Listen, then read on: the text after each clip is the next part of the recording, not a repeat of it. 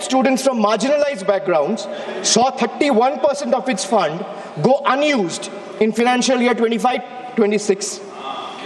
Sir, if I speak of women, more than 86 women are raped every day in this country. A number that reflects systematic collapse, not isolated crime.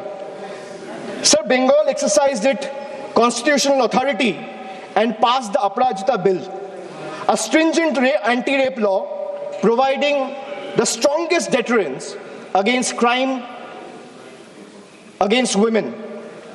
So the bill was duly sent to the Union through the governor about 18 to 19 months ago. For a year and a half, it has remained pending without any decision. So when a democratically passed law maintained to strengthen protection is left in a limbo, it expresses a lack of intent.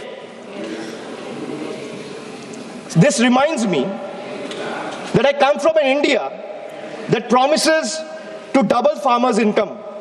And I come from an India where 1,11,174 farmers and agricultural laborers, brothers and sisters have been forced to commit suicide. I come from an India which launched Beti Bachao Beti Padhao. And I come from another India where every 16 minutes a rape or a crime against women is being reported. So now I come to three cracks in the Constitution. Number one, so hatred has now been normalized. It has moved from margin to the mainstream. So if I talk about cases registered for promoting enmity between religious and social groups, the number of cases has doubled between 2021 and 2023. And this rise didn't happen in silence. It happened alongside political speeches, public rallies, and calculated dog whistles. When hate goes unpunished, it spreads. When it spreads, minorities pay the price. Second, hate is no longer whispered. It has become a broadcast. So our country has documented more than 1,300 hate speeches in a single year. When such volume of hate fills public space, the government refuses to act decisively, swiftly, then the message is clear, sir. Intimidation is tolerated and silence is the union's policy.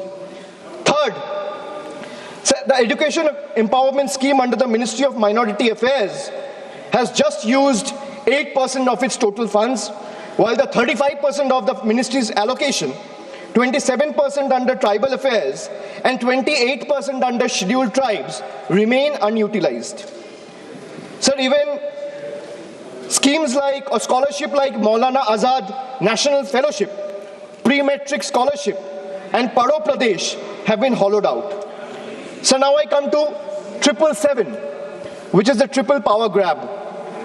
Over the last decade, the government has treated institutions as the government's own personal property. So the parliament is silenced, debates are curtailed, scrutiny is abandoned, and even the deputy speaker's post is kept vacant because dissent is inconvenient. So investigating agencies no longer investigate, they intimidate, chasing the opposition with raids and arrests. While convictions become negligible, as independent institutions weakened, public institutions are put on the auction block. Air India, BPCL, the shipping corporation, built by generation with public money, are being sold like distressed assets, hastily, without any sort of accountability. So this is described as reform, but it is actually a managed handover. When institutions are bent to serve power and national assets are reduced to headlines and handover, the constitution is not broken in protest, it's torn apart. Sir, I come from an India where the Honorable Prime Minister says, na khaunga, na khane dunga.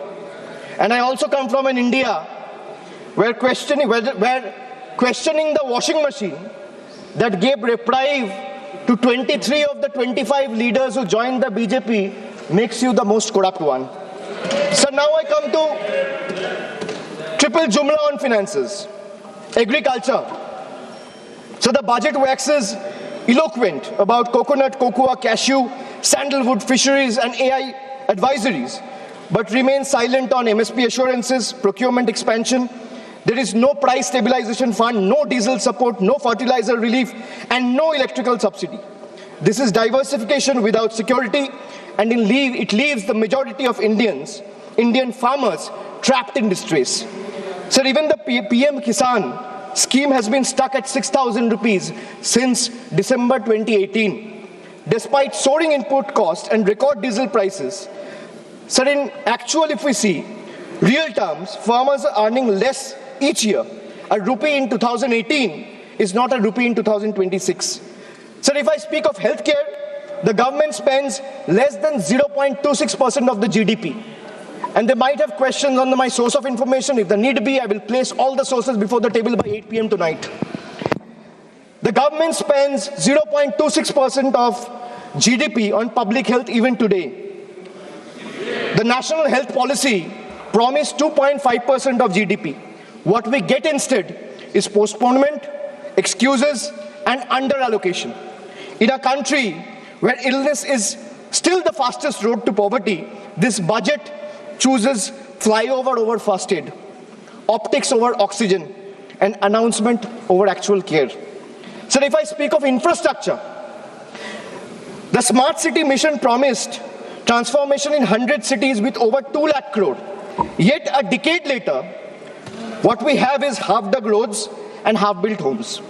Instead of finishing the job, this budget announces new economic regions. So under the Jal Jeevan mission, funds were cut by 74%, forcing states to pick up the bill. In higher education, 55,000 crore is spent on management, but 2.68 crore on infrastructure, not even enough to build a world-class lab. So now I come to my 999, the triple truth trap. And what I mean by truth is, the accountability on the government, sir, primarily rests on 3 pillars. One is the RTI Act. But when I speak of transparency, it diluted the RTI Act by expanding personal information as a ground for refusal. Sir, if you speak of PM Cares, the PMO claims it lies outside the purview of RTI because it's a private fund. A fund that is created by public authority in a public office with the money of the people is being claimed as a private fund. There's no accountability. Sir, NFHS and NCRB data has been frozen because welfare still runs on census 2011. Sir, if I am to summarize the budget from the perspective of 3 stalwarts, B.R. Ambedkar warned us. What is the moral verdict of the budget? If we were to look at it from the perspective of Dr. Ambedkar, Gandhiji, or Swami Vivekananda, Dr. Ambedkar warned us that democracy is not just institutions. It is a constitutional morality.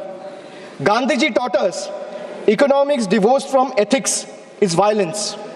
Swami Vivekananda reminded us that a nation cannot rise by crushing the weakest. Well, this budget violates all 3. In today's India, sir, tax does not follow income. Tax follows life. आज के भारत में tax कमाई के पीछे नहीं, जिंदगी के पीछे है, चलता है sir. I will give you a small example. A baby is born, his milk and diapers are taxed. He grows, his education is taxed. He studies, his books, pencil and mobile data are taxed. He starts earning, his income is taxed.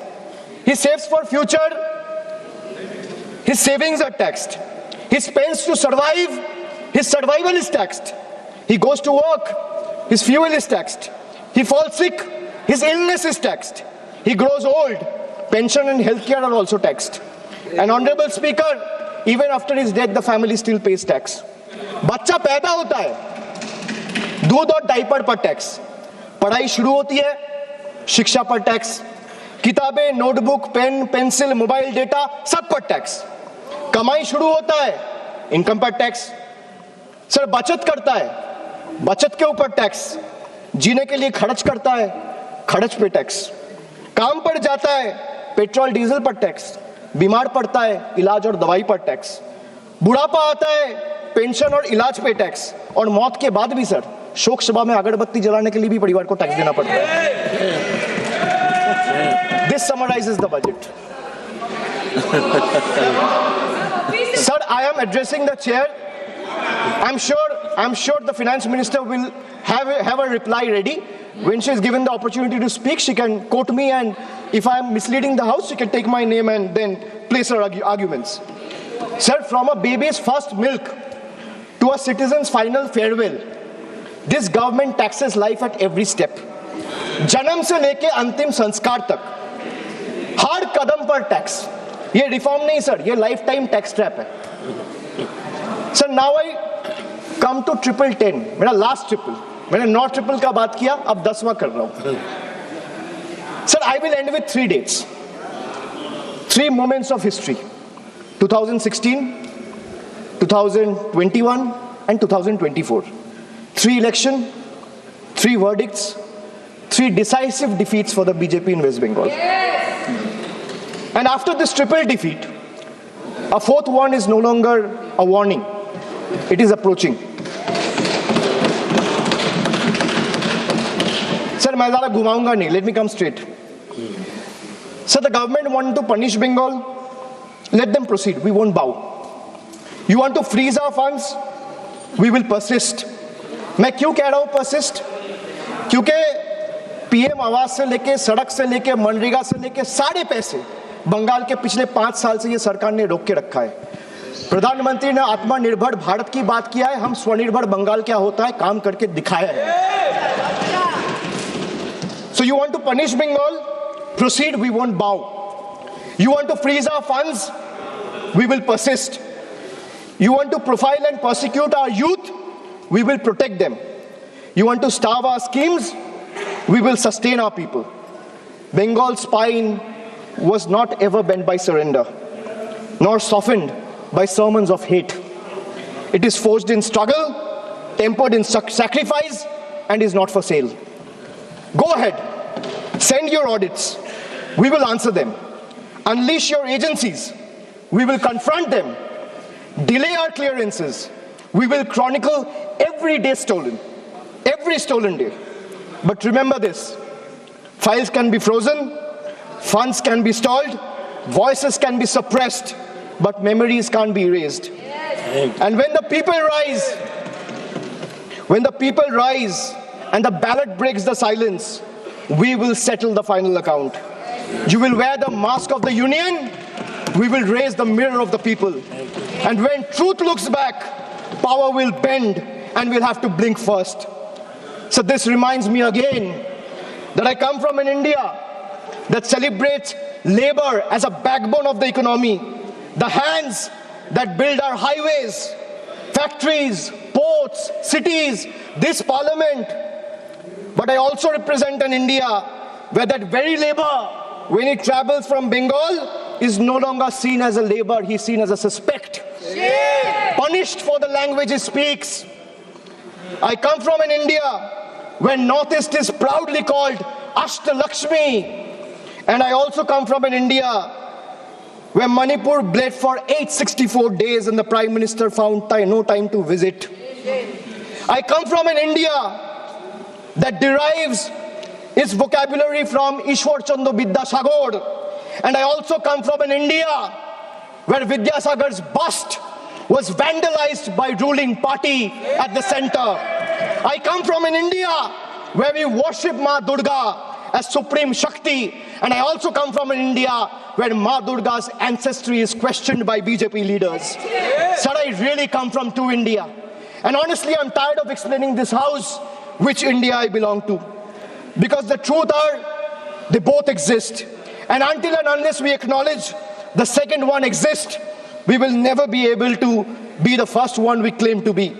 So budgets can divide, politics can polarize, power can pretend, but there's something deeper than budgets, older than governments, and stronger than fear, which is the moral imagination of the people.